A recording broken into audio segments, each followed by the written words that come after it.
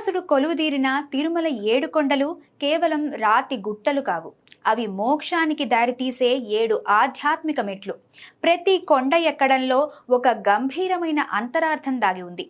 వృషభాద్రి వేద ప్రమాణానికి నిదర్శనం కాగా, నీలాద్రి శ్రీనివాసుడికి తన కూరులను త్యాగం చేసిన నీలాదేవి పేరిట ఏర్పడిన కొండ.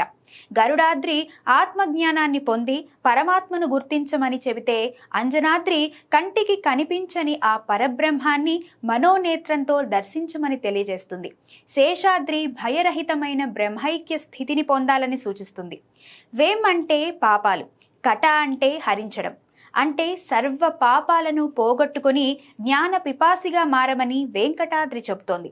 తానే బ్రహ్మమనే అత్యున్నత స్థితికి చేరుకోవాలని నారాయణాద్రి మనకు తెలియజేస్తుంది. అందుకే గోవిందుని దర్శనానికి కాలినడకన వెళ్లే భక్తులు ప్రతి అడుగులోనూ తమలోని అజ్ఞానాన్ని వదిలి జ్ఞాన వైరాగ్యాలను పొందుతూ శిఖరాగ్రాన ఉన్న వెంకటేశ్వరుని చేరుకుంటారు.